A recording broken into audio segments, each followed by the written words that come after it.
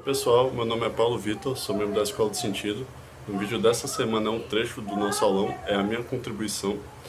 O tema é sobre finitude ou morte, uma conversa sobre a perspectiva da logoterapia. Se esse vídeo te ajudar de alguma maneira, peço que se inscreva no canal e já deixe um like no começo do vídeo, tá bom? A morte, ela é um fenômeno que só aflige a gente, os seres humanos. Porque, por exemplo, nenhum outro animal pensa sobre a finitude da própria vida. O cachorro não pensa como é que vai ser os últimos dias da vida dele. Ele existe e em determinado momento ele deixa de existir. Os únicos animais que se ocupam de pensar sobre a sua finitude, seu tempo na Terra, são os seres humanos. E da mesma forma que viver é bem caro, morrer também é. E eu não estou falando só em questões de dinheiro, porque quando a gente fala de morte, a gente fala de perda, não é só a perda física da pessoa, a gente perde tudo aquilo que a pessoa significa. Porém, entretanto, a morte, ela não necessariamente é algo ruim. Eu gosto de trazer um exemplo, sempre que eu falo de morte, que é, por exemplo, o exemplo de um livro. Você julgaria um livro pela quantidade de páginas que ele tem ou pela qualidade das páginas que ele possui? Trago essa reflexão. Por quê? Porque muitas das vezes a gente pensa que ter uma vida boa é ter uma vida longa. Às vezes é, viver mais às vezes é bom. Mas não é só a questão de viver, é de saber como viver, de viver de forma ativa. Mas a gente chega lá. Quando a gente é acometido por alguma perda, por algo negativo, a gente tende a perguntar para a vida: por que isso está acontecendo comigo? Por que isso aconteceu com tal pessoa? Como se a vida fosse responder a gente de alguma maneira. E para a logoterapia, o Frankel vai dizer uma coisa que tira a gente da zona de conforto, que na verdade é a vida que questiona a gente. Como assim? Você não tem mais 10 anos de idade. O que é que você vai fazer agora? O seu joelho não é tão resistente quanto ele era alguns anos atrás. Você não consegue mais ficar acordado até tarde como você fazia quando era novo. O que você vai fazer com isso? Tudo isso são questionamentos que a vida faz para a gente. Olha, o tempo está passando, sua vida está passando, você está mais velho, seu corpo já está mais pesado, seu corpo já não está mais com a mesma resistência, e o que é que você vai fazer? E por que eu acho importante trazer isso? Porque a partir do momento que a gente entende que é a vida que questiona a gente, tira a gente dessa zona de conforto, de esperar que a vida nos dê algo, que a vida nos dê a resposta, quando na verdade é a vida que está perguntando para a gente. E essa visão da logoterapia é uma visão que coloca a gente em atividade, que obriga a gente a responder a vida diariamente. Às vezes você não é obrigado a responder, você pode só visualizar a mensagem e fingir que não viu. Acontece. Mas assim, mesmo a não resposta é uma resposta. O não agir também é uma forma de agir, é uma forma de responder. Você soube que a sua vida vai acabar. E você pensa, cara, o que é que eu fiz da minha vida? Não aproveitei as oportunidades. Quando eu era mais novo, não fui para aquele forró, não fui para aquela praia, não fiz aquela viagem, não fiz aquela faculdade. E o Frankel também, ele vem trazer a consideração que, apesar disso, apesar de você não poder escapar do inevitável, você não conseguir escapar do fatalismo que é a vida, isso não significa que a sua vida vai acabar daquela forma. Por quê?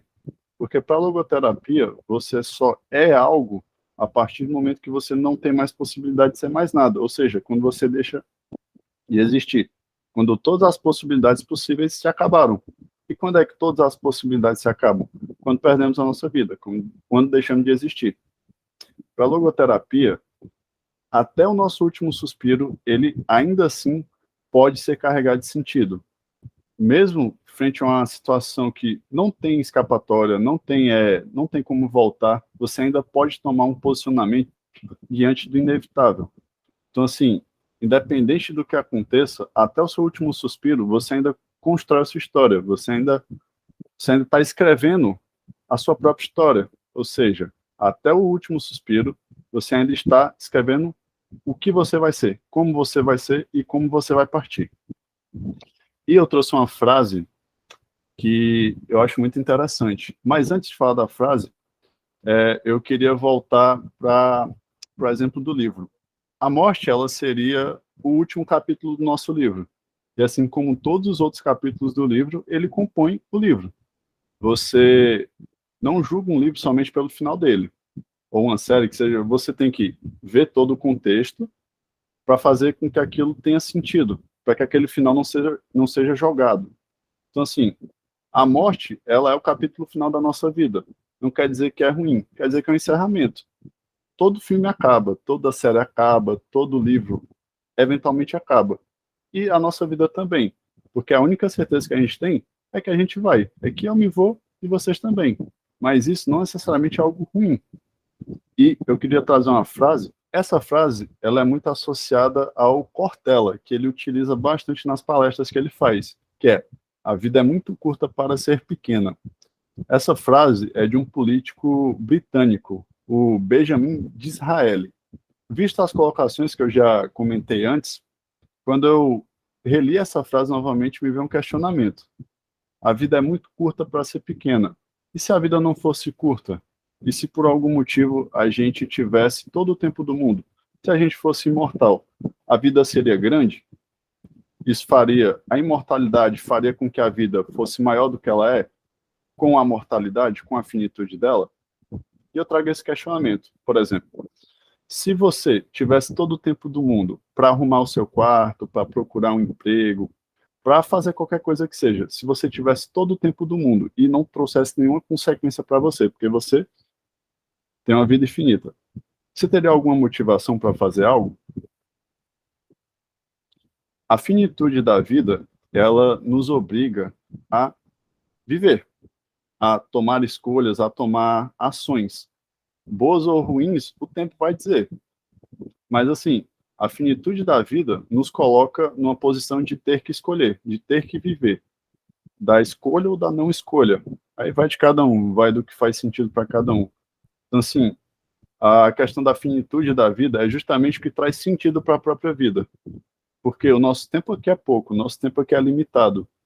Como o nosso tempo é pouco e limitado, a gente tem que fazer coisas que façam sentido para a gente, coisas que tenham algum significado. A gente precisa escolher. E até não escolher é uma escolha. Você está não escolhendo. Então, assim, eu queria trazer essa reflexão sobre essa frase que eu acho muito bonita. Aí eu trago um questionamento. Beleza. Você sabe que a sua vida ela tem um limite, ela eventualmente vai acabar. Aí você se defronta com a seguinte pergunta: cara, eu estou vivendo ou estou sobrevivendo?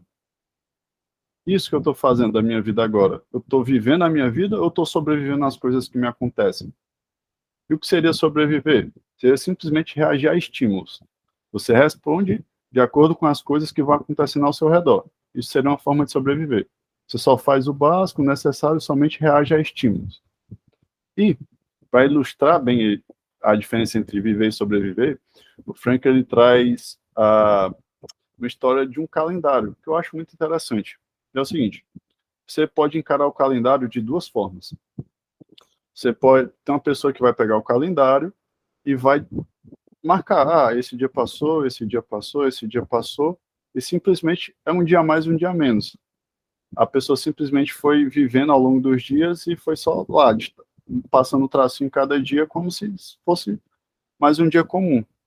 Diferente da pessoa que, a segunda forma de utilizar o calendário, aquela pessoa que traça vários planos, hoje eu vou fazer isso, isso e isso, hoje eu vou realizar essa tarefa, essa e essa, e cada dia que passa, a pessoa vai lá, destaca aquela folhinha e guarda: olha, nesse dia eu fiz isso, nesse dia eu fui atrás desse emprego, eu fui para a praia, eu fui para aquele forró que eu queria ir, e ao longo do tempo, ao longo desse ano, ao chegar ao final do ano, a pessoa vai ter lá aquele calendário vazio, aquele calendário onde os dias foram simplesmente riscados, sem nada demais ter acontecido, porque a pessoa simplesmente sobrevivia ao longo dos dias, ao longo do ano, em comparação com a pessoa que vivia de forma ativa cada dia da sua vida, vivia a sua vida com sentido, fazia coisas que faziam sentido para ela.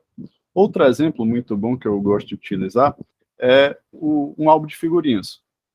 Por exemplo, se você pegar um álbum, vamos utilizar o álbum da Copa, que é até recente. colando de figurinha em figurinha não parece muita coisa, certo? Você vai colando uma figurinha aqui, uma figurinha aqui, uma figurinha aqui, e é legal você ter aquela sensação, mas é só uma figurinha. Mas ao passar do tempo, ao passar do ano, quando você termina aquele álbum, você olha para ele e você tem algo completo. Você tem um álbum e ele fica até mais pesado que aquele que está vazio, porque tem muita coisa nele. Fica aquele álbum que é meio aberto assim, ele fica muito mais pesado. É algo que é bacana de ver, é algo que você vê. Olha, essa pessoa se empenhou para deixar isso dessa forma. Isso seria viver de forma ativa. Como é que a gente poderia fazer um paralelo com as coisas que a gente faz hoje? Muitas das vezes, a gente simplesmente é questionado pela vida, visualiza a mensagem e não responde. Isso também é uma resposta. A vida entende, essa pessoa não quer responder, então simplesmente vai viver na vida dela. Enquanto isso, as pessoas que respondem vão construindo histórias, vão montando o seu álbum, vão preenchendo seu calendário. E isso, ao longo do prazo, faz uma diferença. Talvez não hoje, talvez não amanhã. Mas cada experiência dessa, cada atividade dessa que você faz, cada ação que você realiza com sentido e de forma ativa, vai somando no seu museu, assim, porque cada um de nós, ao viver, vai construindo a nossa própria história, vai construindo nosso próprio museu de lembranças, dos nossos feitos, das nossas conquistas. Alguns museus são mais lotados que outros, algumas pessoas fazem mais coisas que outras, mas não quer dizer que o nosso museu precisa ser vazio, que o nosso museu não é interessante. Cada um de nós tem uma história a construir, que está construindo, querendo ou não, porque até não escolher também é uma escolha. Então, assim, cada um de nós, com as escolhas que fazemos, com as atitudes que tomamos hoje, vamos construindo o nosso museu, que vai ficar de legado quando a gente não tiver mais possibilidade de ser. E quando esse dia chegar, e ele vai chegar, porque eu me vou, e você também, o que vai ficar são as nossas lembranças, o nosso museu pessoal, as nossas conquistas. E eu queria trazer, para complementar o comentário, e começando aqui a associar com o filme que eu queria trazer, eu não sei se vocês já viram esse filme, O Resgate do Soldado Ryan. Esse filme é muito bom. Eu vou dar alguns spoilers aqui, tá? Esse filme ele é bem antigo, então, assim, se vocês não assistiram, desculpa. O que é que consta esse filme? O que fala esse filme? Tinha uma lei lá, tinha uma regra, que o último filho sobrevivente da família tinha que ser mandado de volta para casa. O Ryan era o último filho sobrevivente da família dele. E um esquadrão teve uma missão de ir lá e buscar ele. Porém, ele era um paraquedista perdido no meio da Europa. Ou seja, era muito difícil localizar ele. E um esquadrão foi lá, aceitou a missão e foi resgatar o soldado Ryan. Resumindo, o esquadrão inteiro morre. E o capitão do esquadrão é o Tom Hanks. Só que o sacrifício de todos esses soldados garantiu com que o Ryan conseguisse sair vivo. Conseguiram resgatar o soldado Ryan. E o Tom Hanks, perto de morrer, fala pro Ryan: faça por merecer. E no final do filme, e depois o Tom Hanks morre. E no final do filme, mostra o Ryan já velho, vários anos se passaram depois daquela cena, ele já idoso, ele vira para a mulher dele, visitando lá o túmulo do capitão que resgatou ele, e chorando ele pergunta: eu fiz por merecer? Aí eu trago um questionamento: o que seria fazer por merecer? O que seria a mensagem que o capitão quis passar para ele? O que seria merecer a vida? O que seria justamente essa ideia de fazer por merecer? Aí, para juntar com isso, eu também trouxe outro filme, mas só para encerrar sobre o Ryan, esse filme específico. Mesmo que o Ryan tivesse, sei lá, pegado um ônibus, esse ônibus tivesse capotado e explodido, o sacrifício que todos os outros soldados fizeram para resgatar ele não teria sido em vão. Por quê? Porque mesmo que ninguém veja o que você faz, ninguém é capaz de apagar a sua história. Frankel diz que mesmo que ninguém veja a sua história, nada apaga ela. A marca que você deixa no mundo, ela é eterna, mesmo que ninguém a reconheça, mesmo que ninguém lembre dela. Eu queria trazer outro filme, que é o Viva, a Vida é uma Festa, que traz uma concepção bem interessante sobre como a gente vive nas pessoas, mesmo que a gente já não esteja mais aqui. Esse eu não vou dar spoiler, porque esse filme é mais novo e também não precisa dar spoiler, então podem ficar tranquilos. Nesse filme, no Dia dos Mortos, lá no México, esse jovem rapaz aí vai visitar os parentes dele, no outro mundo, onde os parentes estão mortos. Só que lá os mortos não estão mortos. E a definição de morte lá é ser esquecido.